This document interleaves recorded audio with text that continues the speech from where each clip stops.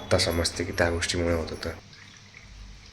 Colours ही roller नवीन आणून ठेवलेलं आहे. अचानक झालं, काही समजलं नाही कसं पण. हे कलर झालेले आहे दोन्ही, 1 आणि 2. आता ही बाकी आहे. नमस्कार मित्रांनो, स्वागत आहे आजच्या ब्लॉगमध्ये.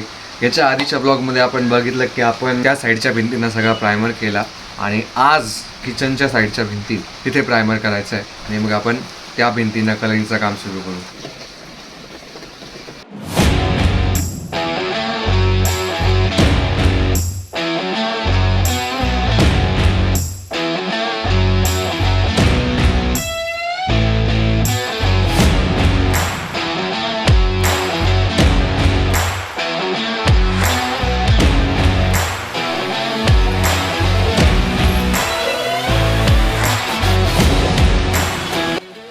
या सगळ्या लाईन्स मारून झालेल्या आहेत. आता इथे टेप लावायचा आणि मग कलर चालू करायचा. आता कलर पण मिक्स केला आहे. आता मी टेप लावेल. आता कलरिंगचं काम सुरू होईल.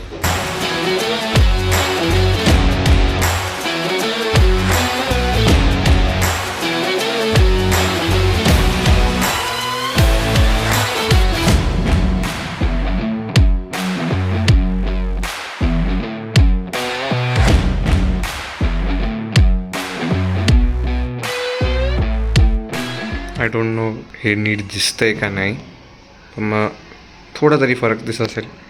ह्या बॉल कलर झालेला आहे बघा. हे खालचं कलर करायचं बाकी. या कलर झालेला आहे दोन्ही, 1 आणि 2. आता ही बाकी आहे.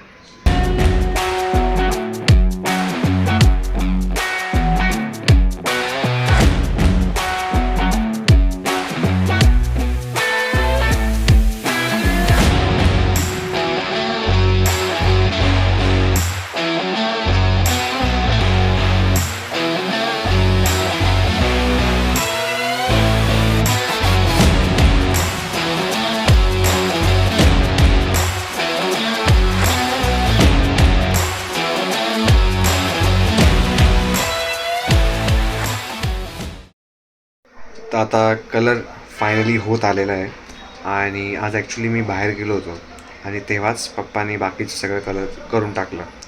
त्याच्यामुळे होत आला आहे. त्याच्यामुळे त्या गोष्टीचे व्हिडिओज बनले नाही, पण मग आता फिनिशिंग करेल त्याचे व्हिडिओज मी नक्की काढेल.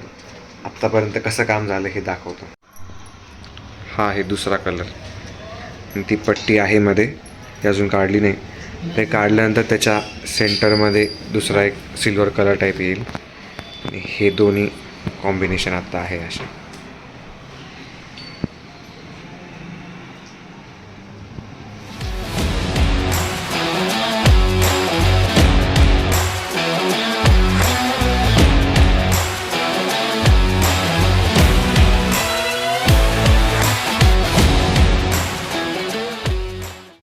आपण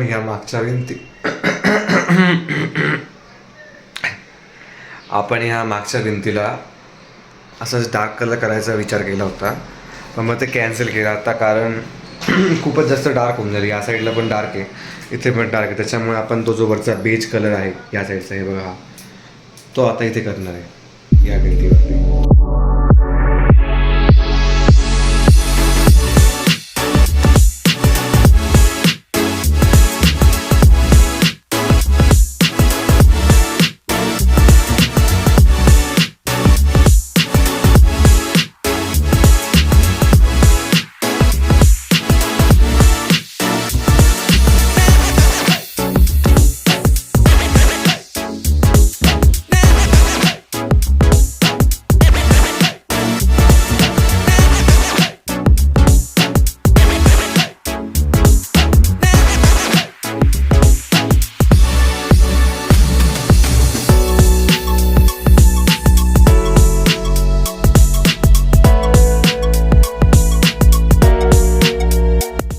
बाकीचे जे बेज कलर्सच्या भिंती आहे त्यांचं आता काम झालेलं आहे कम्प्लिटली. आता फक्त ज्या डार्क कलरच्या भिंती त्यांना दुसरा हात द्यायचा आहे, मग त्या अजून थोडे डार्क होतील, अजून क्लिअर दिसतील.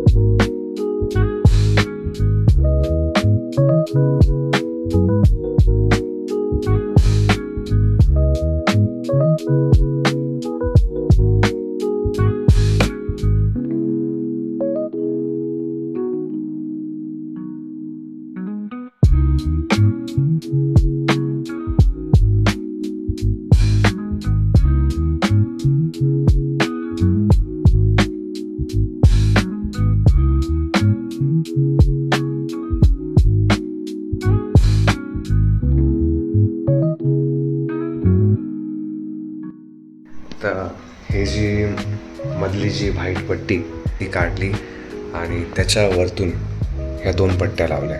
आणि माझी पण अचानक तब्येत खराब झाली, सर्दी खोकला विकनेस, थोडा आवाजावरून समजतच असेल थोडा वेगळा येतो. त्या दिवशी पण व्हिडिओ काढता काढता मध्येच माझा घसा बसत होता. मला आत्ता समजते की त्या गोष्टीमुळे होत होतं. अचानक झालं, काही समजलं नाही कसं, पण तोंड पण थोडं उतरलेलं दिसत असेल. थोडा विकनेस आल्यामुळं जिमला वगैरे सुट्टी होते, पण मग कामाला सुट्टी नाही देता येणार. आत्तापर्यंतचं काम कसं झालं आहे बघू शकता तुम्ही. हे बघा, हे सर्व करून झालेलं आहे. आता इकडे एक असा बॉक्स ॲड केला, तो छान वाटतोय कारण ही भिंत पूर्ण प्लेन होती. तर त्याचाच विचार केला होता तिथं काय करता येईल. आणि अजून वरती एक खिळा लावून तिथे हे लावणार. हे आपल्याकडे हे ढाल आणि तलवारीचं एक आहे, ते आपण तिकडे वरती लावणार.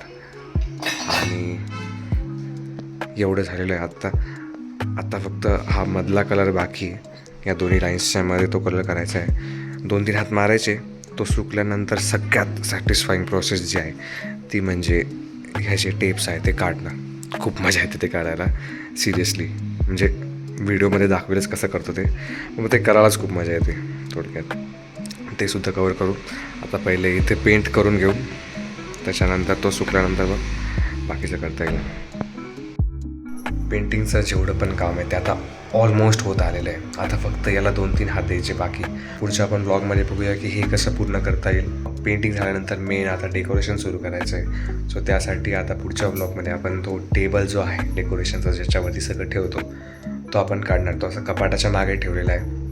त्याची थोडी हाईट कमी करायची. ह्यावर्षी नेहमी डेकोरेशन खूप जास्त वरती निघून जातं कारण तो टेबलच खूप मोठा आहे. तर आपण पुढच्या ब्लॉगमध्ये नक्की बघू ते काय करता येईल. तो सेटअप करून बघू टेबल कसं होतं आणि मग ठरवू काय करायचं ते. तोपर्यंत बघत राहा, लाईक करा, शेअर करा, सबस्क्राईब करा. Good night.